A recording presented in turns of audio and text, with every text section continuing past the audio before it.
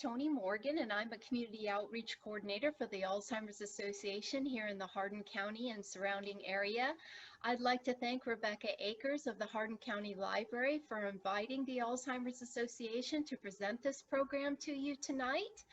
I'm going to be placing in the comment field the Alzheimer's Association 1-800 number. Should you have any questions, you're always free to call that number. I will also place my email, which is tomorgan@alz.org, in the comment field. I hope you will connect to me and I can connect you to local resources in the Hardin County and surrounding areas. And without further ado, I would like to introduce Dr. Amy Kroll, who will be your presenter tonight for the Alzheimer's Association program, Understanding Alzheimer's and Dementia. So Amy, I'm going to give my controls over to you. Thank you, Toni. Hello, everyone. Thank you for joining us this evening. My name is Amy Kroll, and I am a community educator with the Greater Kentucky and Southern Indiana chapter of the Alzheimer's Association. I've been working with the Alzheimer's Association for 20 years now. I first began my interest in Alzheimer's disease when I was in graduate school working on a PhD in sociology, and I did some research about family caregivers of loved ones who had Alzheimer's disease. And that really inspired a passion that's turning into a lifelong passion about the disease and who it affects. So I'm here to present a program that gives you an overview of Alzheimer's disease. So let's take a look at what we're going to accomplish for this evening. So our learning objectives are to compare Alzheimer's and dementia. We are going to recognize how Alzheimer's disease affects the brain, look at the risk factors of Alzheimer's disease, identify the stages of the disease, recognize current FDA-approved treatments that can address some of the symptoms of the disease, describe how scientists are working to advance research, and then name the resources available through the Alzheimer's Association.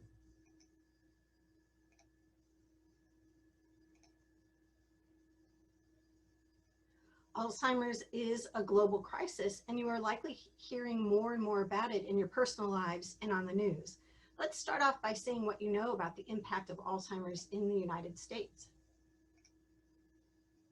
So how many Americans do you think are currently living with Alzheimer's? 850,000, 5.8 million, 12 million, or 3.4 million? If you guessed 5.8 million, you were correct. Barring any developments in prevention or treatment methods, this number is projected to reach 14 million by 2050. Worldwide, an estimated 50 million people are living with dementia. Let's try another question, this time about caregivers. 8 million Americans are living with Alzheimer's. By 2050, this number is projected to rise to nearly 14 million.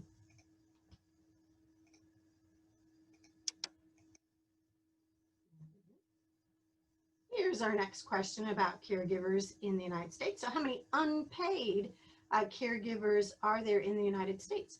1.2 million, 8.5 million, 13 million, or 16.2 million? And if you answered 16.2 million, there we go, you were correct. These are unpaid caregivers, and this does come at a cost. So more than 80% of care provided at home is delivered by family members, friends, or other unpaid caregivers. Over half of employed caregivers report having to go in late, take time off, or quit altogether due to caregiver demands. These caregivers provided approximately 18.4 billion hours of care last year, valued at more than $232 billion. So you can see that this disease takes a personal impact as well as a financial one. Let's take a look at a little more stats about the impact of Alzheimer's.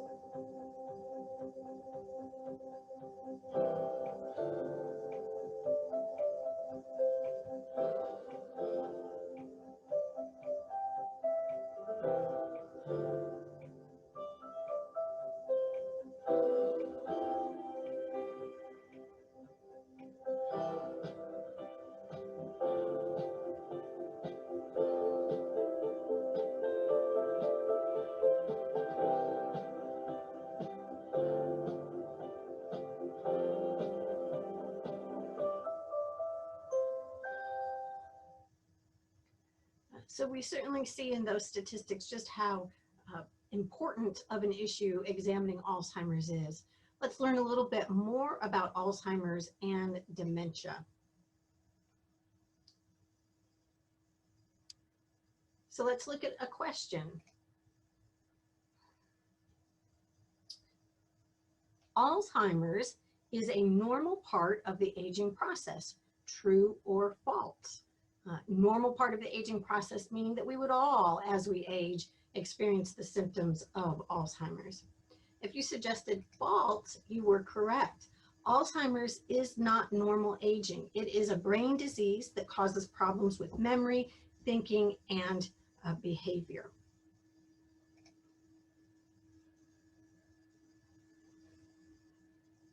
Another question. People younger than age 65 can get Alzheimer's. True or false?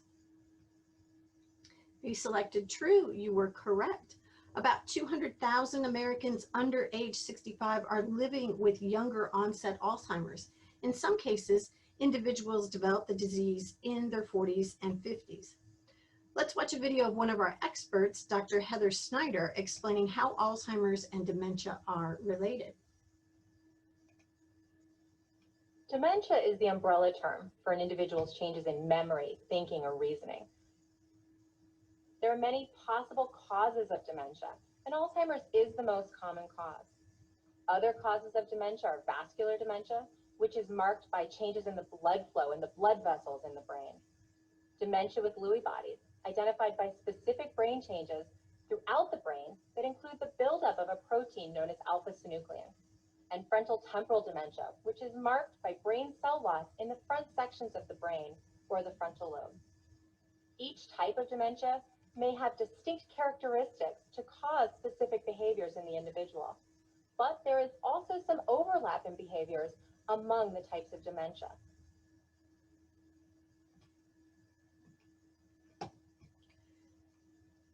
So Dr. Snyder shows to us that although there are many causes of dementia other than Alzheimer's, about 60 to 80% of all dementia cases are caused by Alzheimer's disease.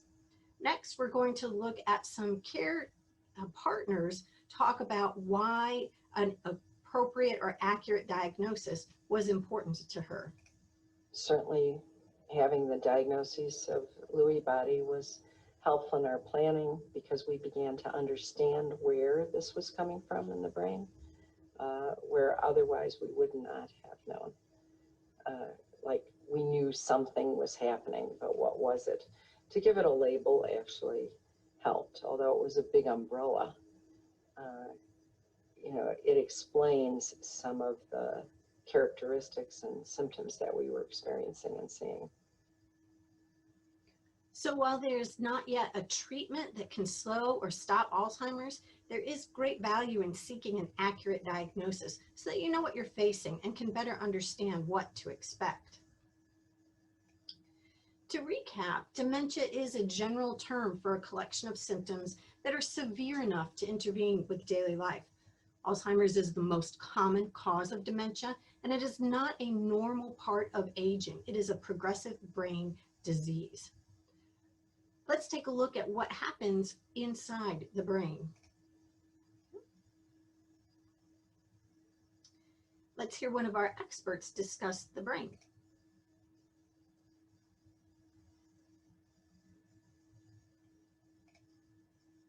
More than 100 years ago, Dr. Alice Alzheimer's described specific changes in the brain, what we call the formation of plaques and tangles.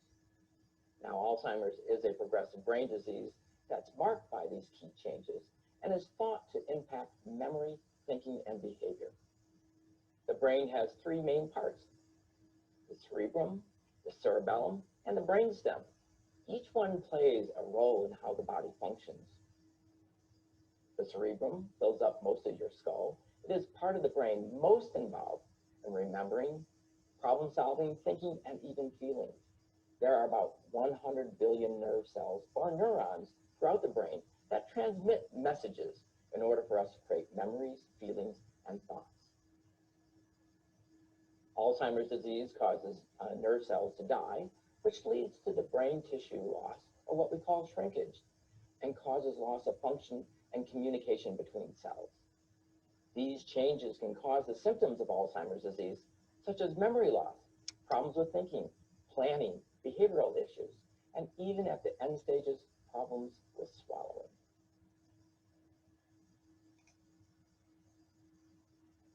So Dr. Hartley explained what happens inside our brains in the case of dementia.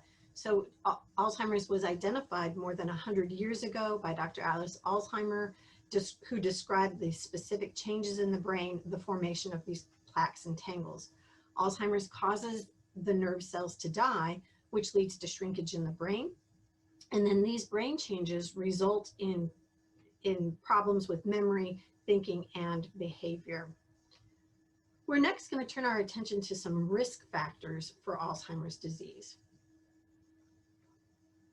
Of course, everyone with the brain is at risk of developing Alzheimer's disease, but there are a few known factors that increase a person's risk of developing Alzheimer's. Let's see if you know which one is the most common. So what is the greatest known risk factor for Alzheimer's disease? Is it genetics, family history, or age? If you selected age, you were correct. Although Alzheimer's is not a normal part of aging, age is the greatest risk factor for the disease. After age 65, the risk of Alzheimer's doubles every 5 years. 32% of people age 85 and older have Alzheimer's disease.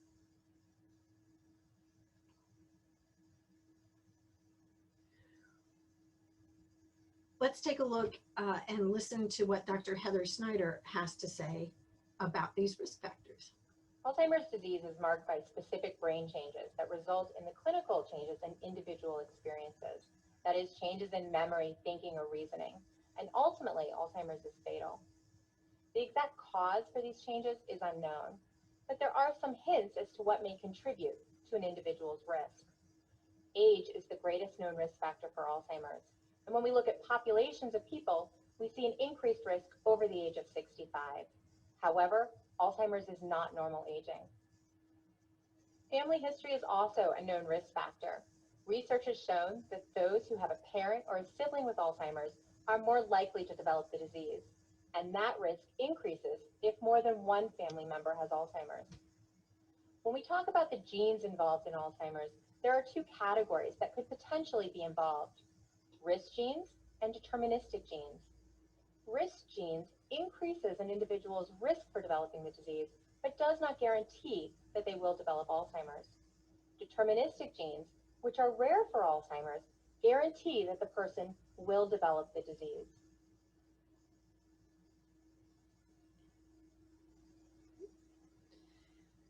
So we know that age is one risk factor for developing Alzheimer's disease.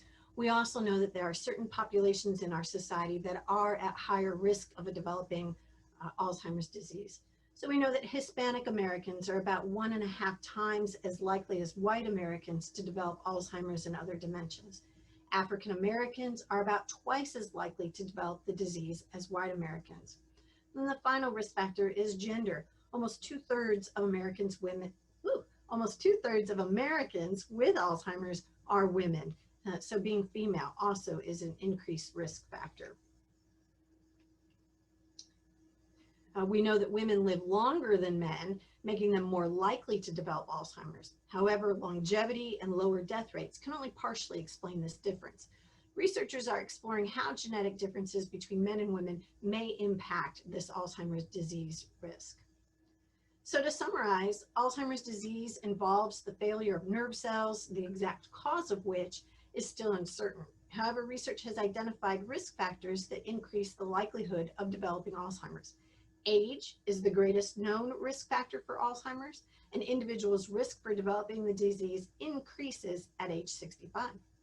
Family history is a known risk factor. Having a parent or sibling with the disease increases the risk. 2 types of genes are associated with Alzheimer's: risk genes and deterministic genes. We know racial and ethnic background, as well as gender, are factors that increase one's risk for developing Alzheimer's as well. Let's take a look at how we understand the stages of Alzheimer's disease.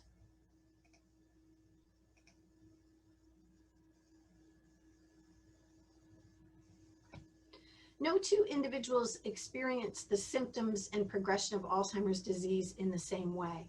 Let's hear from one of our experts, Dr. Hendricks, on why this is the case, as well as some individuals describing what it's like to live in the early stages of Alzheimer's disease. One of the things that impacts our brain is all the other things that can happen to us as we age. And we know that Alzheimer's, the most common risk factor for getting Alzheimer's disease is age. But we also have lots of other things that go wrong with us as we age. And so how those other health factors impact our brain can also impact how Alzheimer's presents in other people. So we just heard from Dr. Hendricks that talked about the disease. Here are some individuals living with in the early stages. It's a different kind of forgetting. It really, really is. It's not just forgetting where I put my car keys. It's much deeper than that. And for example, I cannot read a book. I used to be a voracious reader because by the time I turn a page, I had forgotten what I had read. And if you're reading a novel, you have to know what transpired before it in order for you to continue to read on. And so I can't read a novel. So I've even stopped trying. Math, I can't do a simple tip anymore. You know, I sit there, I stare at it. It's crazy what numbers I can't deal with anymore. And in some ways, that's the disease to me. The other thing that I've increasingly been struggling with the words, which I've dealt with words my entire life, you know, as an avid reader, as a reporter, as a writer.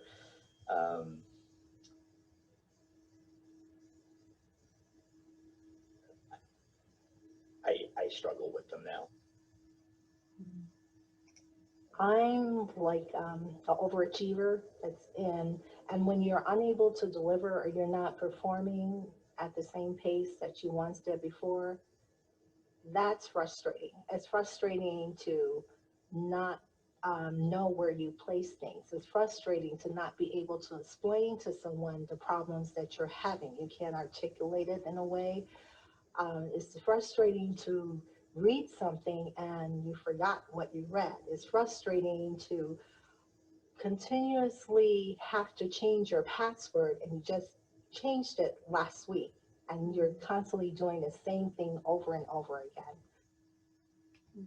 And finally, I think the thing that surprises me the most about my dementia is that it is progressive, and I'm finding that I'm forgetting more, and they do memory tests for me all the time at the doctor, and so that becomes a little disconcerting at times, to see my cognitive impairment continue to decline.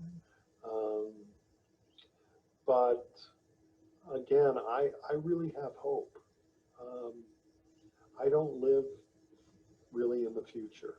I can't live in the future. I can't worry about what the future is going to bring. I have to live for today. So some very compelling stories from people who are living in the very early stages of Alzheimer's disease. Let's listen to Dr. Snyder talk more about these stages.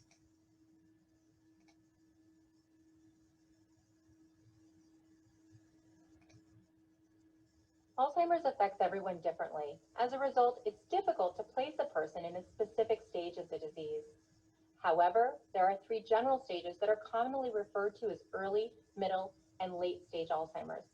In a medical context, you may hear these stages referred to as mild, moderate, and severe. In the early stage of Alzheimer's, an individual may be able to function independently. However, they may start noticing more frequent memory lapses. Friends and family may also begin to notice difficulties in the person, and a healthcare provider may be able to detect problems in memory or concentration by conducting a detailed medical interview. Middle stage Alzheimer's is typically the longest stage and can last for many years. Damage to the brain cells can make it difficult to express thoughts and perform routine tasks, and this can lead to increased feelings of frustration and anger. In the final stage of the disease, an individual loses the ability to hold a conversation, control their movements, or respond to the environment around them. Cognitive skills, that is their memory, thinking, and reasoning skills, continue to decline, and this can lead to personality changes and need for round-the-clock care. So Dr. Snyder outlines 3 stages of the progression of the disease. Okay. So early, middle, and late are the stages, sometimes referred to as mild, moderate, and severe in a medical context. It really is important to remember that no 2 individuals experience the symptoms and the progression of Alzheimer's disease in the same way. And while symptoms worsen over time, people progress through stages at different rates as their abilities change. We've moved through what the disease is and how impactful it is. Let's start looking at how it is that we can treat the symptoms of Alzheimer's disease. So let's ask the question again. Here we go.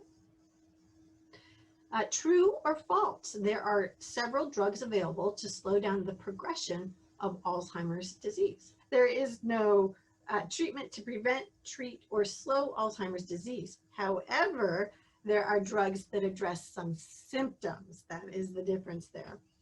Let's take a look at and hear from Dr. Hendricks, who will tell us more about these treatments. There are currently several drugs that are FDA approved to treat the cognitive symptoms associated with Alzheimer's disease. They treat the symptoms, but they don't treat the underlying cause. So eventually people will progress, but they do treat some of the symptoms and help people for a time. So the first class of drugs are cholinesterase inhibitors. These drugs work to prevent the breakdown of acetylcholine, which is a chemical messenger found in the brain that's associated with learning and memory. There are 3 FDA-approved drugs that are in this class of drugs. There's Aricept, there's Exelon, and there's Razodine. There's another class of drugs that modulates glutamate, which is another chemical messenger in the brain that's associated with learning and memory. And this drug is called Namenda. And then there's a final class, which is actually a combination of cholinesterase inhibitors and glutamate modulator, and this is called Namzaric.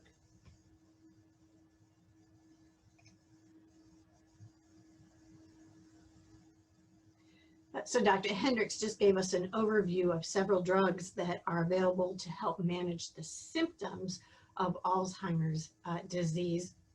I'll leave the pronunciation of them up to him. Some of these you might have heard of. They've been around for a while, but of course there's still lots of things that need to be done. So let's move on and talk about how we're advancing Alzheimer's research. In the last decade, researchers have made enormous strides in understanding how Alzheimer's disease affects the brain. Many recent insights point toward promising new strategies for treatment, prevention, and diagnosis.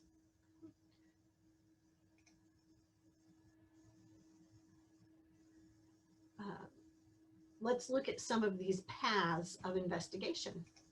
This is an incredibly exciting time in Alzheimer's and dementia research.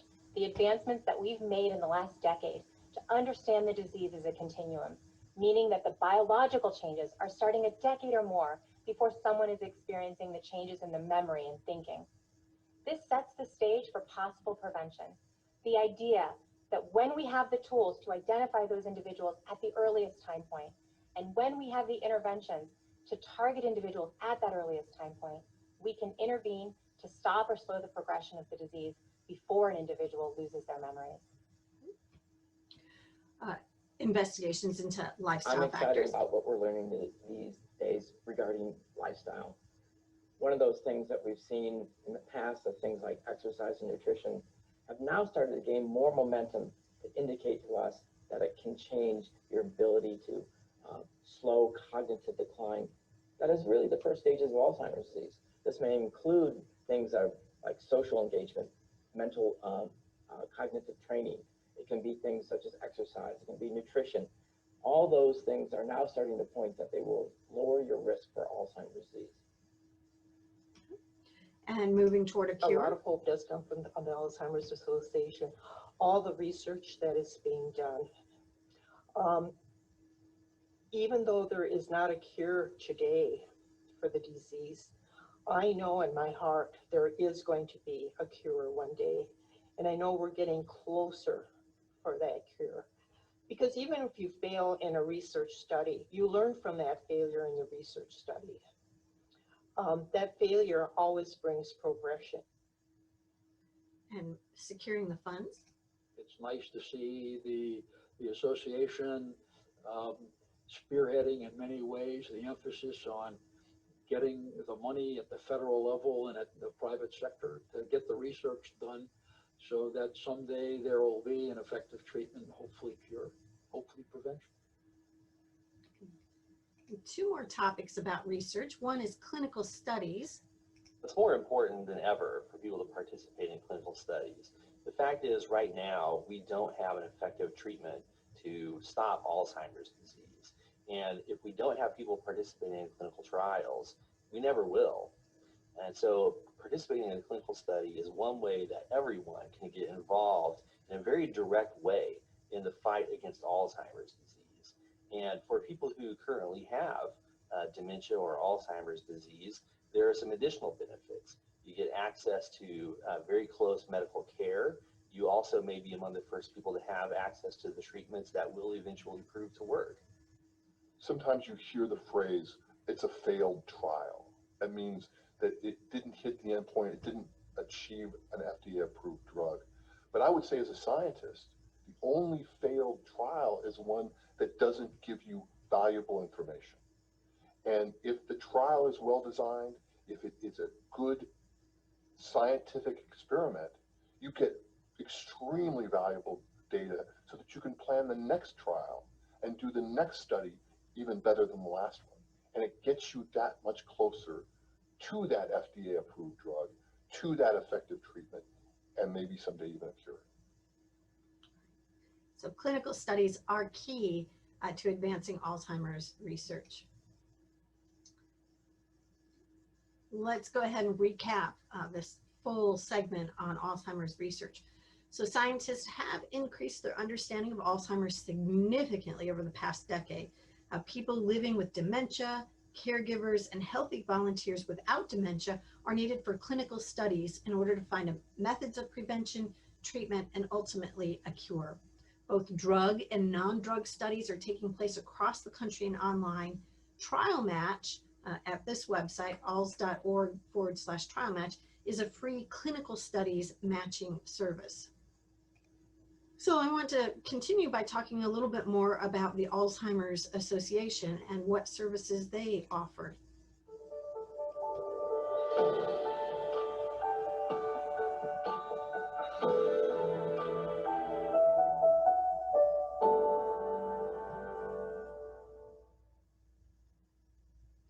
The Alzheimer's Association is in communities across the country, providing direct service to individuals and families facing the disease.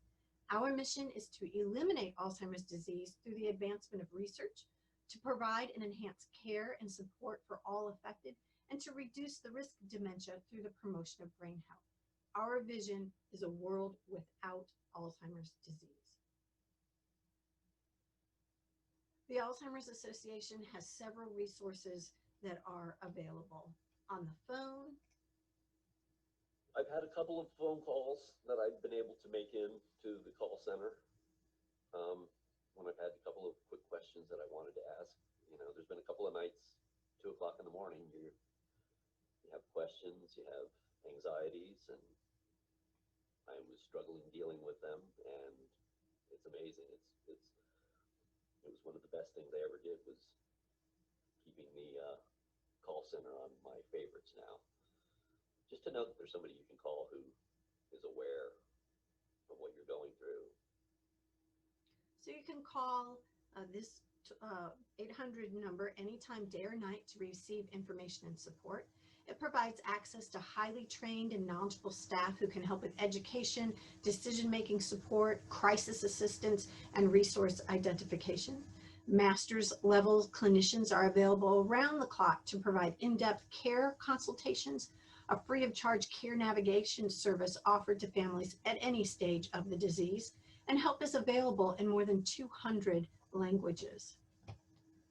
Our website is also a great resource. When I went to the Alzheimer's Association website, which is alz.org, there I was trying to find out more about what was Alzheimer's, what really is this disease, what is younger onset Alzheimer's, what is dementia, is there a cure, how long has it been around, how many people are affected by this, where can I go for resources, where can I go for help, what do I do with this, how can I handle this, is there more people like me out there, is there someone that I can talk to if I need to? And there I found the support line that's 24 hours a day. And there I found where I can go for workshops, where I can go and read things and postings that people have done, where I can find out what events is happening in the Alzheimer's Association, where I can see how it's affecting people around the globe.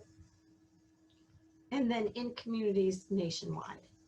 Since I've been diagnosed with dementia, the one place that I know I can go to for assistance and help and support is to the Alzheimer's Association. There are people there that I know by name that I can contact if I'm having a difficult time, or if I'm struggling to find some resource, that they will provide that to me.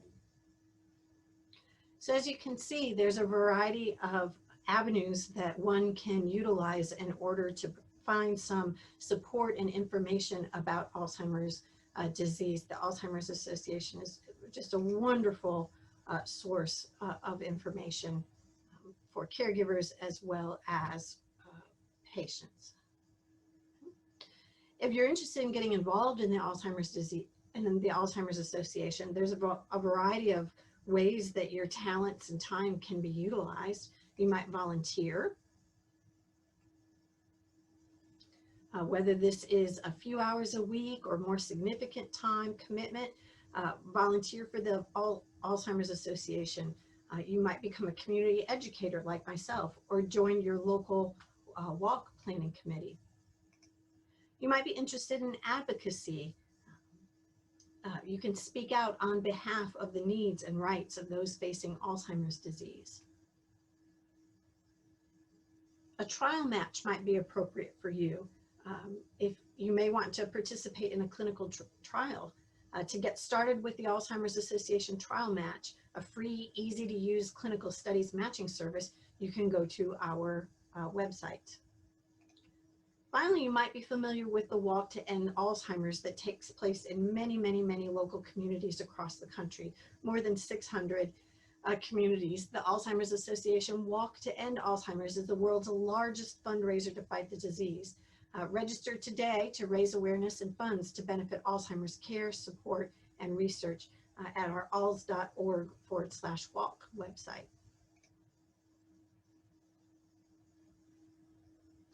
That concludes our Understanding Alzheimer's and Dementia program today. I hope that you are leaving this with a greater understanding of Alzheimer's, and I thank you for joining us.